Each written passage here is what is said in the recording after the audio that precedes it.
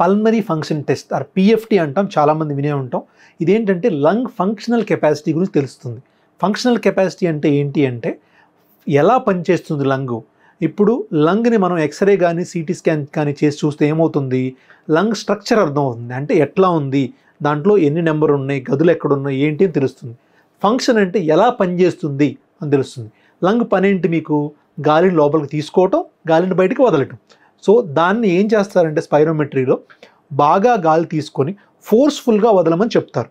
ఎప్పుడైతే ఫోర్స్ఫుల్గా వదలమని చెప్తున్నారో ఎంత పర్సంటేజ్ని మీరు ఫోర్స్ఫుల్గా వదలగలుగుతున్నారు ఫస్ట్ 1 సెకండ్లో అని చూస్తారు.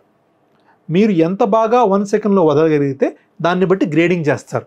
ఎవరైతే 70% కన్నా ఎక్కువ వదలగలుగుతారో ఫస్ట్ 1 సెకండ్లో వాళ్ళ లంగ్ ఫంక్షన్ బాగున్నట్టు.